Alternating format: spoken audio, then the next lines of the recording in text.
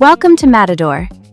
In this short tutorial, you'll learn how to create dynamic styles for your work locations to make your map more visual and easier to navigate. Let's begin. Go to Settings, choose Templates, then select Work. Inside your chosen work template, click Template Settings. On the right side panel, make sure Location is turned on. Now, enable Dynamic Style. This allows your map icons to change automatically based on drop-down options. Next, pick a drop-down field to link your styles with.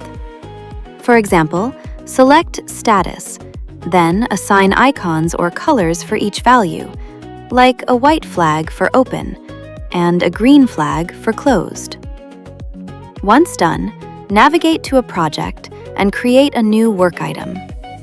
Notice how the icon automatically updates to match your selected status. And that's it. You've set up dynamic styles in Matidor, bringing your projects to life at a glance. Thanks for watching. Tap that next video on screen to learn more, and hit subscribe so you never miss what's coming next.